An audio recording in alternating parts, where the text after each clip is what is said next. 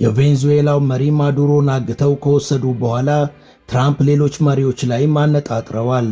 የኮሎምቢያው መሪ ጉስታቮ ፔትሮ ቀጣዩ የትራምፕ ሰለባ ይሆናሉ ተብሏል።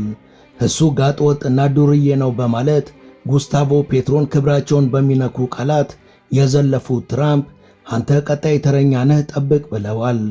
የተሻለ የጦር ሰራዊት አቅም ያላቸው የኮሎምቢያው መሪ ጉስታቮ ፔትሮም ወንድ ከሆንክ ናና ሞክረኝ ብለዋል። እኔን እንደ ማዱሮ አንጠልጥለ መውሰድ መቻል አለመቻልህንም መተህ ንቅጠምና አረጋግጥ ብለዋል።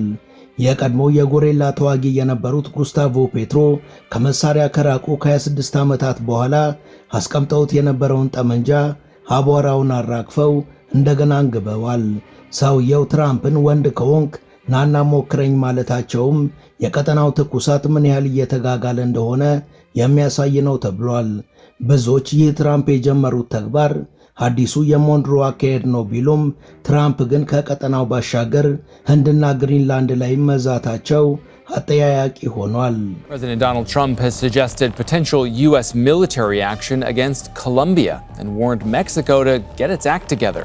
He also reiterated a threat to send the military back to Venezuela if, in his words, it doesn't behave. ሰላም ጤና ይስጥልን። በመላው ዓለም የምትገኙ ውድ የመሿለኪያ ቤተሰቦች በዛሬው መሰናዷችን ዶናልድ ትራምፕ እና የኮሎምቢያው መሪ ጉስታቮ ፔትሮ ስለገቡበት የቃላት ጦርነትና በቀጣይ ሊከሰቱ ስለሚችሉ ጉዳዮች እናስቃኛችኋለን።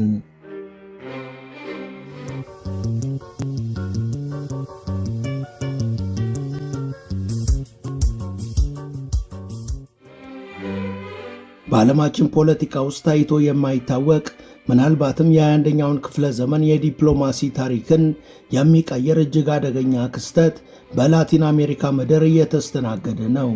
የአሜሪካው ፕሬዝዳንት ዶናልድ ትራምፕ ሁለተኛ የስልጣን ዘመናቸውን በጀመሩ በወራት ጊዜ ውስጥ የቀድሞውን የሞሮን ዶክትሪን አቧራ አራግፈው ነፍስ ዘርተውበት ላቲን አሜሪካንን እንደ አሜሪካ የጓሮ አትክልት ብቻ ሳይሆን እንደ አሜሪካ ወታደራዊ ካምፕ እየቆጠሩ ይመስላል።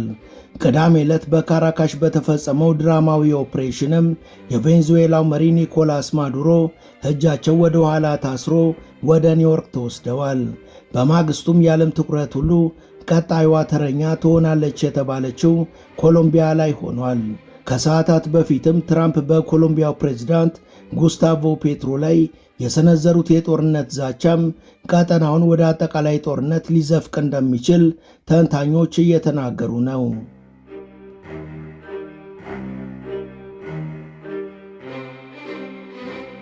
ቅዳሜ ሌሊት በካራካሽ ቀዝቃዛማ ምሽት የኦፕሬሽን ከተከናወነ በኋላ ፕሬዝዳንት ኒኮላስ ማዱሮ እና ባለቤታቸው ሲሲሊያ ፍሎሬስ ለዓመታት በአሜሪካ የመፈለጋቸውን ያህል ተይዘው እጃቸውን በካቴና የፊጥኝ ታስሮ በኒውዮርክ ፍርድ ቤት ፊት ቀርበዋል።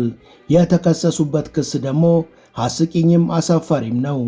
ሁሉ በእጁ ሁሉ በደጁ የሆኑ የጠንካራ ሀገር መሪ ሆነው ሳለ ከአደንዛዥ ዕፅ ጋር በተያያዘ እንደ ጋንግስተሮች መከሰሳቸው ምን ያህል የስነ ልቦና ጦርነትን ሕዝቡ ላይ ለመፍጠርና የገነቡትን ነገር የማርከስ ተግባር እንደሆነ እስከ ዛሬ በሌሎችም መሪዎች ላይ ደርሶ የታየ የአሜሪካ የተለመደ አካሄድ ነው። በ1989 አሜሪካ በፓናማ ላይ የፈጸመችውን በደል ኦፕሬሽን ጀስት ኮዝ ብላ ነበር ያሰየመችው። በወቅቱ የአሜሪካ ጦር የፓናማውን መሪ ማኑኤል ኖሪንጋን በተመሳሳይ በአደንዛዥ ዕፅ ክስ አፍኖ ወስዶ አሜሪካ ውስጥ አስሮ ነበር። የትራምፕ አስተዳደርም ይህንን ታሪክ ቬንዙዌላ ላይ ደግመውታል። አዲሱ የአሜሪካ የውጭ ጉዳይ ሚኒስቴር ማርኮ ሮቢዮም ከ3 አስርተ ዓመታት በፊት እነ ኮሊን ፓወል እና እነ ኮንዶሊዛ ራይዝ ይሉ እንደነበረው ይህ እርምጃ ለቬንዙዌላ ሕዝብ ነፃነት ሲባል የተወሰደ ነው በማለት መግለጫ ሰጥተዋል።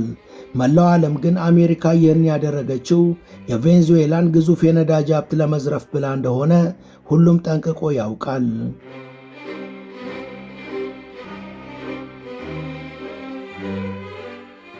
ምንም እንኳን የቬንዙዌላ ጠቅላይ ፍርድ ቤት ምክትል ፕሬዝዳንቷን ዴልሲ ሮድሪጌዝን በጊዜያዊነት ቢሾምም በካራካሽ ያለው ሁኔታ ግን ግራ የሚያጋባ ነው።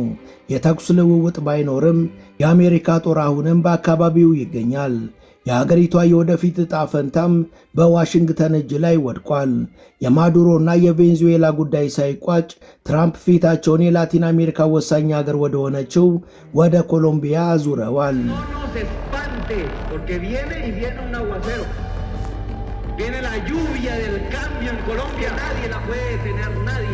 Gustavo Petro, guerrillero castrochavista malandro asesino. No, nada de eso. A Petro le han caído muchas críticas absurdas y noticias falsas. በኮሎምቢያ እና በአሜሪካ መካከል ያለው ግንኙነት ለዘመናት ጠንካራ የነበረ ቢሆንም ግራ ዘመሙ ጉስታቮ ፔትሮ ወደ ስልጣን ከመጡ በኋላ ግን ነገሮች ተበላሽተዋል።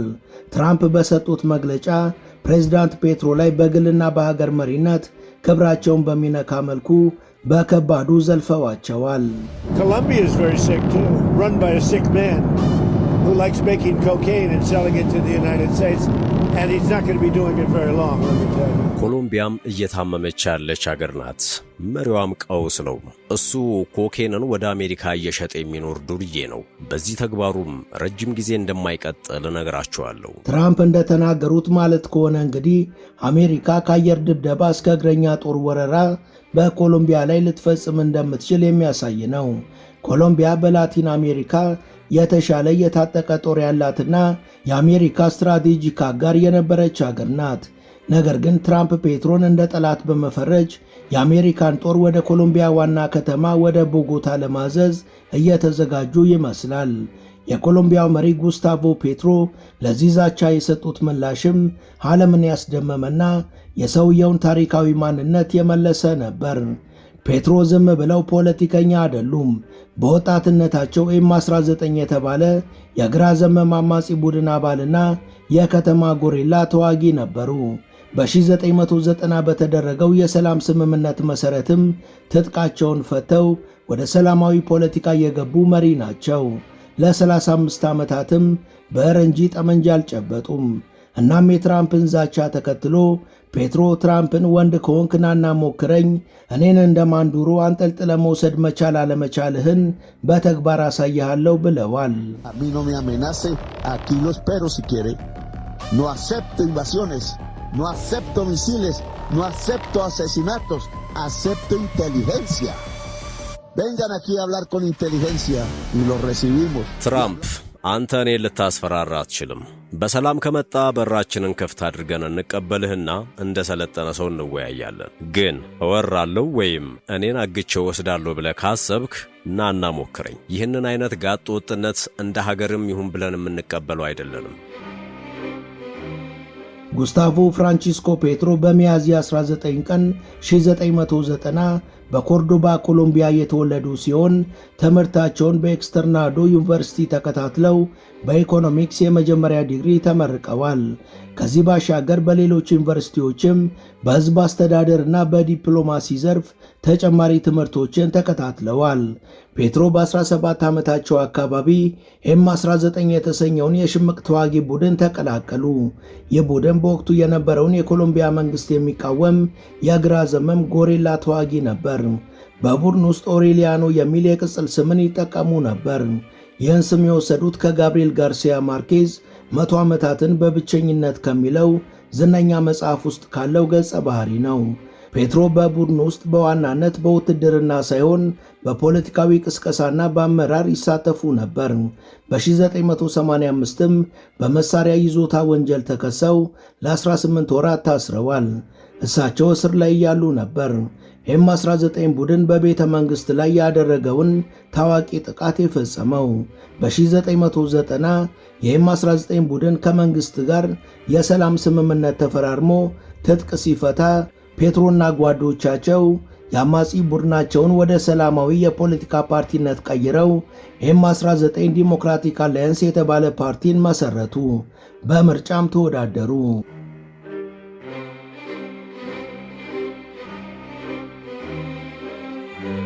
ፔትሮ አዲስ በተቋቋመው የሕገ መንግሥት ምክር ቤትም እንዲሁም ደግሞ በተወካዮች ምክር ቤት አባል መሆን ችለዋል። በኋላም ወደ ቤልጂየም በመሄድ በዲፕሎማትነት አገልግለዋል። ፔትሮ ወደ ኮሎምቢያ ከተመለሱ በኋላ በሙስናና በሰብአዊ መብት ጥሰት ላይ ጠንካራ አቋም ይዘዋል። በሴኔት ቆይታቸው ወቅትም በኮሎምቢያ ፖለቲከኞችና በአደገኛ የፓራሚሊተሪ ቡድኖች መካከል ያለውን ምስጢራዊ ግንኙነት በማጋለጥ ከፍተኛ ዝናን አትርፈዋል። የቅሌትም ፓራፖለቲክስ በመባል ይታወቃል። በ2011 የኮሎምቢያዋ ቦጎታ ከንቲባ ሆነው ተመርጠዋል። በወቅቱም ለድሆች የውሃ ዋጋ ቅነሳ፣ የህዝብ ትራንስፖርት ድጎማና ለትምህርት ቤቶች ግንባታ ትኩረት ሰጥተው ነበር። የቆሻሻ አወጋገድ ስርዓትን ወደ መንግስት ለመመለስ ያደረጉት ሙከራ ውዝግብ አስነስቶ ለተወሰኑ ጊዜያት ከስልጣን ታግደው የነበረ ቢሆንም በኋላ በፍርድ ቤት ትዕዛዝ ወደ ስልጣናቸው ተመልሰዋል። ፔትሮ የኮሎምቢያን ፕሬዝዳንትነት ለማግኘት 3 ጊዜ ሞክረዋል። በ2010 አራተኛ ደረጃን ይዘው አጠናቀዋል። በ2018 ወደ ሁለተኛ ዙር አልፈው በኢቫን ዱኬ ተሸነፉ። በ2022 ደግሞ ሂስቶሪክ ፓክት የተሰኘውን ጥምረት በመምራት በምርጫ አሸንፈዋል። በዚህም የአገሪቷ የመጀመሪያው የግራ ዘመም መሪ ሆነዋል። ምክትላቸው ፍራንሲያ ማርኬዝ ደግሞ የመጀመሪያዋ ጥቁር ምክትል ፕሬዝዳንት ሆነዋል።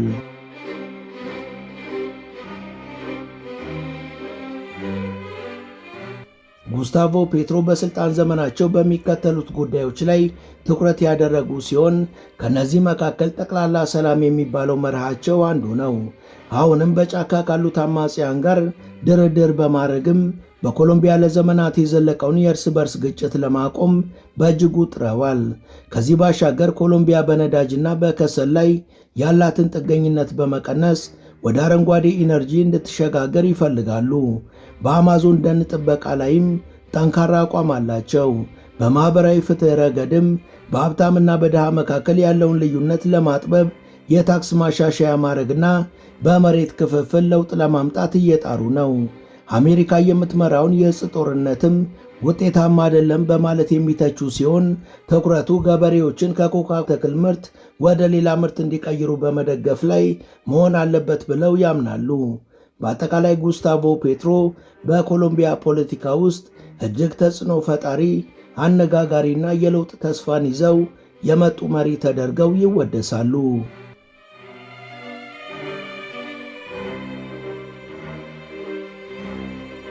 እናም ፕሬዚዳንት ትራምፕ እሳቸውን ከፍ ዝቅ አድርገው መዝለፋቸውን ተከትሎ ቆራጡ ጉስታቮ ፔትሮ በትዊተር ገጻቸው ላይ ከ1989 ወዲህ ዳግም መሳሪያ ላለመንካት ምዬ ነበር፣ ያንንም ቃሌን እስካሁን ጠብቄ ኖሬያለሁ። ነገር ግን ለሀገሬ ክብር፣ ለሕዝቤ ነጻነትና ለኮሎምቢያ ሉዓላዊነት ሲባል የማልፈልገውንና የተውኩትን መሳሪያ ዳግም በእጄ ለማንሳት እገደዳለሁ በማለት ጽፈዋል። የንግግራቸው ተራ ማስጠንቀቂያ አይደለም። የአንድ አገር መሪ ራሱ ወደ ግንባር ወርዶ እንደሚዋጋም መግለጽ የቻሉበት ሁኔታውም ምን ያህል የከረረ እንደሆነ የሚያሳይ ነው። ፔትሮ በመልእክታቸው አክለውም ለኮሎምቢያ መከላከያ ሰራዊት ጠንካራ ትዕዛዝን አስተላልፈዋል። የትኛውም ጀነራል ወይም ወታደር ከኮሎምቢያ ባንዲራ ይልቅ ለአሜሪካ ባንዲራ ታማኝ ከሆነ አሁኑኑ ማሊያውን አውልቆ ይውጣ። እኛ የምንፈልገው ሀገሩን የሚወድ ወታደር ብቻ ነው ብለዋል። ይህ ንግግር በኮሎምቢያ ሰራዊት ውስጥ ሊፈጥር የሚችለውን የውስጥ ክፍፍልና ድንገተኛ መፈንቅለ መንግሥት አስቀድሞ ለመከላከል የተደረገ ሙከራ ነው።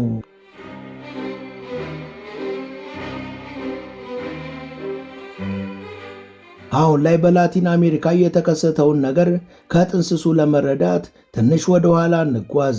በ1823 አሜሪካ የሞንሮ ዶክትሪን የተሰኘ አብዮትን አውጃ ነበር። ይዘቱም አሜሪካ ለአሜሪካውያን የሚል ሲሆን በተዘዋዋሪ ግን ላቲን አሜሪካንን የአሜሪካ የግል ንብረት ለማድረግ ያለመ ፖሊሲ ነው። ትራምፕና ቡድናቸው አሁን እያደረጉት ያሉትም ይህንን የድሮ ፖሊሲ በዘመናዊ የሚሊተሪ ጉልበት ማደስና በሚገባ ማሳካት ነው።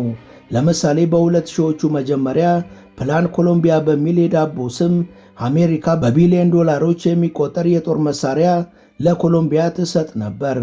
ዓላማውም የአደንዛዥ ዕፅ ካርቴሎችንና የግራ ዘመም አማጽያንን መዋጋት ነበር። ዛሬ ግን በፕላን ኮሎምቢያ የሰለጠነው የኮሎምቢያ ጦር አሰልጣኙ አሜሪካንን ሊጋፈጥበት የሚችል አስገራሚ የታሪክ ግልባጭ ላይ ደርሰናል። የማዱሮና የፓናማው ኖሪጋ መመሳሰልም እንደተጠበቀ ሆኖ በኮሎምቢያ ላይ የሚቃጣ ጥቃት ግን ከፓናማው እጅግ የከበደ ይሆናል። ኮሎምቢያ እንደሚታወቀው ተራራማና የጫካ ምድር ናት። ሕዝቡም የረጅም ጊዜ የጦርነት ልምድ አለው። አሜሪካ ወደ ኮሎምቢያ ከገባች እንደ አፍጋኒስታን አይነት ረጅምና አስቸጋሪ የደፈጣ ውጊያ ሊገጥማት እንደሚችል ወታደራዊ ተንታኞች ያስጠነቅቃሉ።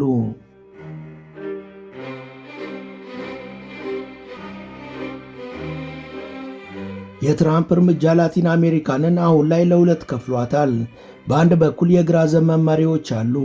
የሜክሲኮዋ ክላውዲያ ሼምባ፣ የብራዚሉ ሉላ ዳ ሲልቫና የኮሎምቢያው ፔትሮ በአንድ በኩል ተሰልፈዋል። እነዚህ መሪዎች የአሜሪካንን ጣልቃ ገብነት አጥብቀው እየተቃወሙ ነው። ሜክሲኮ በተለይ የአሜሪካ ጦር ካርቴሎችን ለመዋጋት ድንበር አቋርጦ ይገባል የሚለውን የትራምፕን ዛቻ እንደ ሉዓላዊ ጥሰት ትቆጥረዋለች። በሌላ በኩል የቀኝ ዘመም መሪዎች አሉ። የአርጀንቲናው ፕሬዝዳንት ሃቪየር ሚሌይ ለትራምፕ ድጋፋቸውን የሰጡ ሲሆን ይህ ሁኔታ በደቡብ አሜሪካ ሀገራት ኅብረት ውስጥ ትልቅ ክፍፍልን ፈጥሯል። አሜሪካ ከፋፍለ ግዛ የሚለውን ስልትም እየተጠቀመች ነው። ከቀጠናው ውጪ ሩሲያና ቻይና ጉዳዩን በቅርበት እየተከታተሉ ነው። ቬንዙዌላ የሩሲያና የቻይና የቅርብ ወዳጅ ነበረች። የማዱሮ መውደቅ ለእነዚህ ሀገራት ትልቅ የዲፕሎማሲያዊ ሽንፈት ነው። ሩሲያ የአሜሪካንን እርምጃ ዓለም አቀፍ ወንበዴነት ስትል ኮንነዋለች። ነገር ግን አሜሪካ በራሷ ጓሮ በምታደርገው እንቅስቃሴ ላይ ሩሲያና ቻይና ቀጥተኛ ወታደራዊ ምላሽ ይሰጣሉ ተብሎ አይታሰብም። ይልቁንም በሌሎች የዓለም ክፍሎች ለምሳሌ በዩክሬንና በታይዋን አሜሪካ ላይ ጫና ለመፍጠር ይህንን እንደ ምክንያት ሊጠቀሙበት ይችላሉ።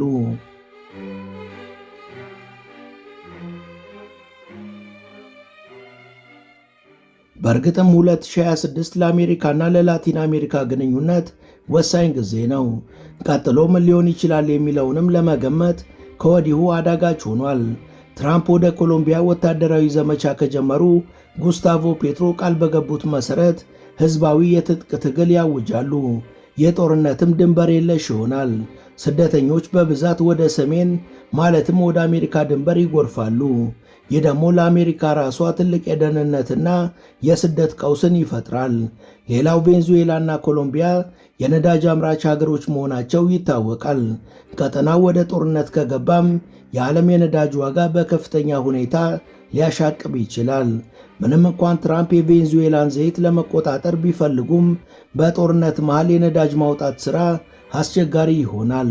እናም አሜሪካ በቀጥታ ጦርነት ውስጥ ከመግባት ይልቅ በኮሎምቢያ ወታደራዊ መኮንኖች በኩል መፈንቅለ መንግሥት እንዲደረግ ልትገፋፋ ትችላለች። የፔትሮ እነ ትራምፕ ወንድ ከሆኑ መጥተው ይሞክሩኝ የሚለው ማስጠንቀቂያም ይህንን ስጋት ያሳያል።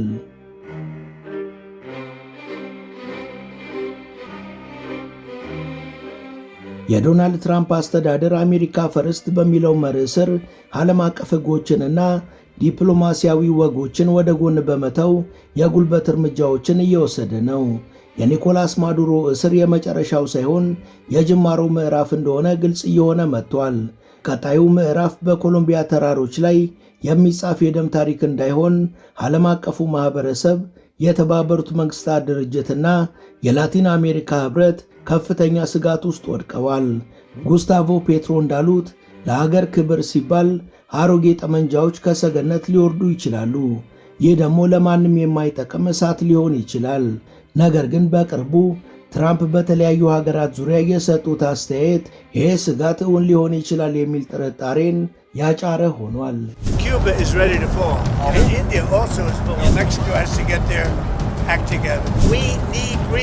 ኩባ የውድቀቱ አፋፍ ላይ ትገኛለች። ህንድም ለመፍረስ ከጫፍ የደረሰች ሀገር ናት። ሜክሲኮም አካሄዷን ቆም ብላ መመዘንና ማስተካከል አለባት። እኛ ግሪንላንድንም አጥብቀን መያዝ እንፈልጋለን። ስለዚህ ቀጣዩ ጊዜ ለእኛ በጣም ወሳኝ ነው። ውድ የቻናላችን ቤተሰቦች ለዛሬ ያሰናዳንላችሁ የሚመስል ነበር።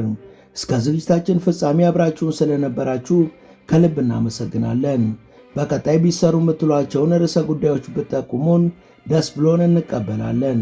ቻናላችንን ሰብስክራይብ ማድረግ፣ የደውል ምልክቱን መጫንና ላይክ ማድረግ አትዘንጉ እያለን ለዛሬ በዚሁ ተሰናበትን። መልካም ጊዜ።